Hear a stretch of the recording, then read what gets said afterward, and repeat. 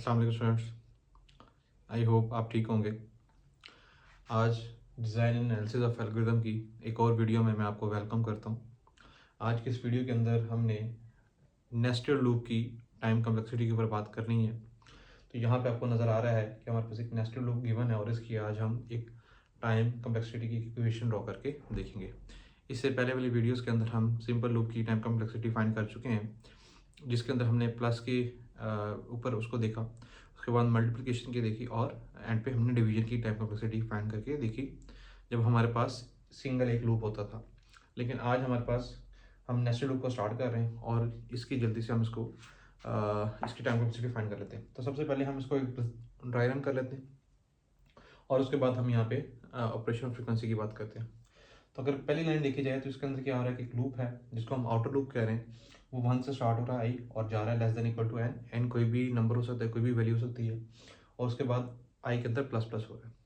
अगर तो ये कंडीशन ट्रू होल्ड करती है तो हम लाइन नंबर 2 के अंदर आ जाते हैं, यानी लूप आउटर लूप की बॉडी के अंदर आ जाएंगे, जिसके अंदर एक और लूप है जिसके अंदर जे जो है 1 से स्टार्ट हो रहा है और जे जो है वो लेस देन है 500।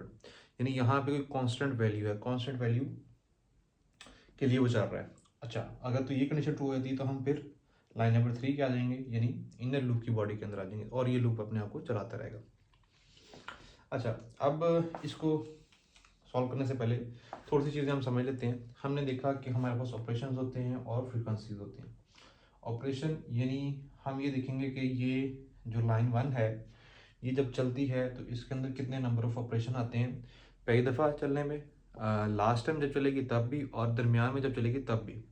और ये काम हम पिछले वीडियोस के अंदर करते हुए आ रहे हैं। हमारे पास अगर आप और से देखें तो नंबर ऑफ ऑपरेशंस जो थे वो कांस्टेंट होते थे। हम कहते थे let's suppose 5 plus 3 plus 1 into n minus 2 suppose कर रहे हैं। तो ये जो हमारे पास था ये सारा कांस्टेंट था, ठीक है, कांस्टेंट वैल्यू है। तो नंबर ऑफ ऑपरेशन हमारे पास हमेशा कांस्टेंट होते हैं। तो जब हम टाइम कम्प्लेक्सिटी की बात करते हैं तो हम जो कांस्टेंट टर्म्स होती हैं उनको हम निगलेक्ट कर सकते हैं, उनको डिस्कार्ड कर सकते हैं, क्योंकि उनका हमारे टाइम कम्प्लेक्सिटी के ऊपर इतना कोई फ़र्क नहीं पड़ रहा होता उनकी। तो अब जो हम लूप स्टार्ट कर रहे हैं उसको हम ज़रा सिंप्लीफाई कर रहे हैं, उसकी कम्प्लेक्सिटी फाइंड करना, ताकि आगे जितने भी लूप्स आएंगे आप उसको इजीली फाइंड कर सकते हैं। तो यहाँ पे अब नंबर ऑफ ऑपरेशन हम नहीं फाइंड कर रहे होंगे, हमारा अब जो फोकस होगा वो फ्रीक्वेंसी के ऊपर होगा, क्योंकि फ्रीक्वेंसी ही बेसिकली टाइम कम्प्लेक्सिटी के ऊपर बता रही होती है। तो हम ऑपरेशंस को अब नहीं लिखेंगे, उनकी जगह पे हम कोई टर्म लिख सकते हैं। जिस तरह हम लिख सकते हैं C1। लेट्स सपोज इस लाइन के अंदर जो ऑपरेशन हुआ है वो C1 हुआ है, यानी कांस्टेंट 1 हमने उसको कह दिया, ठीक है। अब हम उसको C1 लिख लिया करेंगे और साथ हम यहाँ पे फ्रीक्वेंसी बता दिया करेंगे कि वो लाइन कितनी दफ़ा चली। तो अगर हम इस लाइन को गौर से देखें तो ये लाइन जो है I1 है और कहाँ तक जा रहा है n। लेट्स सपोज n की वैल्यू है 10। तो इसका मतलब ये हुआ कि जब ये लाइन चलेगी तो 1 से लेके n तक ये ट्रू रहेगी और n प्लस 1 पे जाके ये क्या हो जाएगी, फॉल्स हो जाएगी। तो हम ये कह सकते हैं कि ये पूरी जो लाइन होगी इसके अंदर इसकी जो फ्रीक्वेंसी होगी वो n प्लस 1 होगी, जिसके अंदर वो ट्रू भी रह रहा है और फॉल्स भी हो रहा है। इसी तरह नेक्स्ट लाइन पे चले जाते हैं। अब यहाँ पे अगर आप देखें तो ये लाइन तब चलेगी जब ये कंडीशन ट्रू होगी। तो इसका मतलब इनर आउटर लूप का ट्रू होना लाजमी है, तभी हम ये चलेंगे। और हमें ये पता है कि ये जो लाइन थी, लाइन नंबर 2, पिछले वीडियोस के अंदर हम देख के आ चुके हैं, अगर ये n प्लस 1 चल रही है तो ये n टाइम चलेगी, ठीक है। तो ये अगर n प्लस 1 टाइम चलेगी तो ये n टाइम चलेगी। अच्छा, इसको भी हम कह देते हैं कि इसके अंदर नंबर ऑफ ऑपरेशन कोई कांस्टेंट है। साथ हम क्या करेंगे, हम ये कहेंगे कि अब ये n प्लस 1 टाइम चलेगी ये वाली लाइन, तो ये n टाइम चलेगी एंड ये लाइन खुद कितनी दफा चलेगी। एक तो इसकी वजह से, इस आउटर की वजह से ये लाइन ने चलना था, और एक इस कंडीशन की वजह से भी ये जो इनर लूप चल रहा था। तो इनर लूप अगर आप गौर से देखें तो इनर लूप ये कह रहा है कि जे 1 से स्टार्ट हो और कहाँ तक जाए, 499 तक, यहाँ तक वो ट्रू रहे और जैसे ही 500 हो जाए तो वो फॉल्स हो जाए। तो यहाँ पे पहले कॉन्स्टेंट गिवन है, तो हम इसको क्या कर सकते हैं, इनटू जो भी यहाँ पे हमारे पास टर्म आएगी हम ये कह सकते हैं कि ये उसके साथ मल्टीप्लाई हो जाएगा। यानी हम इसको इस तरह लिख सकते हैं, इसको मैं थोड़ा सा और मतलब n इनटू यहाँ पे हम लिख देते हैं 500, कि ये n जो है ये कहाँ से आया, ये इस जगह से आया, आउटर की वजह से इसके ऊपर इफेक्ट पड़ रहा है, और ये 500 इसका अपने अंदर वाला था। और अगर ये टर्म ट्रू हो जाती है तो हम इसके अंदर आ जाएंगे, और जब हम इसके अंदर आ जाएंगे तो हम यहाँ पे भी कहेंगे कि यहाँ पे भी नंबर ऑफ ऑपरेशन हो रहे हैं जो कि कांस्टेंट है। अच्छा, अब ये टर्म कितनी दफ़ा चल रही होगी? अगर ये 500 टाइम चल रही है, क्योंकि यहाँ 500 था और ये 500 टाइम चल रही है, तो और ये लाइन उससे 1 स्टेप कम चल रही होगी, तो यानी ये हम लिख सकते हैं ये एन एज इट इज आ जाएगा, क्योंकि इसका इफेक्ट इस लाइन पे भी है, इस लाइन पे भी। और अब ये जो लाइन है, अब ये 500 नहीं चलेगी बल्कि इंटू 499 होगी। ठीक है, तो अब इसको अगर हम इक्वेशन ड्रॉ करें तो हम लिख सकते हैं C1 चलेगा n+1 के लिए,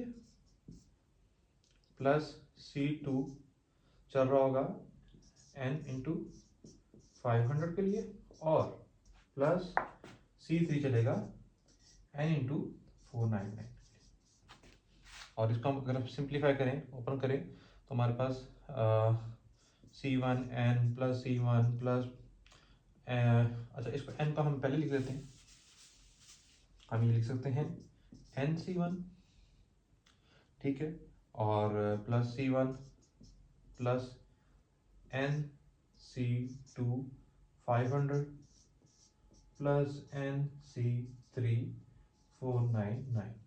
तो यहाँ पे अगर आप देखें तो हमारे पास ये इसकी इक्वेशन निकल के आ गई, जो कि आगे फर्दर सॉल्व नहीं हो रही, लेकिन यहाँ से हमें पता लग जाएगा कि इसकी टाइम कॉम्प्लेक्सिटी क्या है। ये C1 कोई कांस्टेंट है, इसको निगलेक्ट कर सकते हैं, ये भी निगलेक्ट हो सकता है, ये भी, इसी तरह ये 500 भी, इसका कोई इफेक्ट नहीं होगा, इसी तरह ये भी और ये भी। तो कहने का मतलब ये है कि इसका जो वेरिएबल टाइम है जो कि n है, वो कहीं ना कहीं हमारी क्या होगी, और ये सब के अंदर सेम है, तो हम ये कह सकते हैं कि इसकी जो कॉम्प्लेक्सिटी होगी वो n में जा रही होगी। यानी जितना ही इसका साइज होगा इस जगह पे, उतनी ही ज़्यादा ये इसकी टाइम कॉम्प्लेक्सिटी इंक्रीज हो जाएगी। तो आई होप आपको ये वाली जो सेटिंग है लूप की वो समझ आ गई है, जिसके अंदर एक आउटर लूप है जो n तक जा रहा है, और इनर लूप एक कांस्टेंट तक जा रहा है, और उसकी हमने फाइंड करके देख ली है। आने वाली वीडियोस के अंदर हम नेस्टेड लूप की ही वेरिएशन देखेंगे, और उसके अंदर देखेंगे कि यहाँ पे अगर कोई वेरिएबल टर्म होती है, यहाँ पे जिस तरह हमने मल्टीप्लिकेशन करके देख लेंगे, डिवीजन करके देख लेंगे, इंक्रीमेंट को डबल करके देख लेंगे, तो वो सारे केसेस हम आने वाली वीडियोस के अंदर कवर करेंगे। तो आई होप आपको ये जो लूप है जो कि कांस्टेंट टाइम तक चल रहा है, इनर लूप, आपको समझ आ गया होगा। तो होपफुली नेक्स्ट वीडियो के अंदर मैं आपको बाकी नेक्स्ट लूप की भी टाइम कॉम्प्लेक्सिटी फाइंड करके बता दूंगा। Thank you.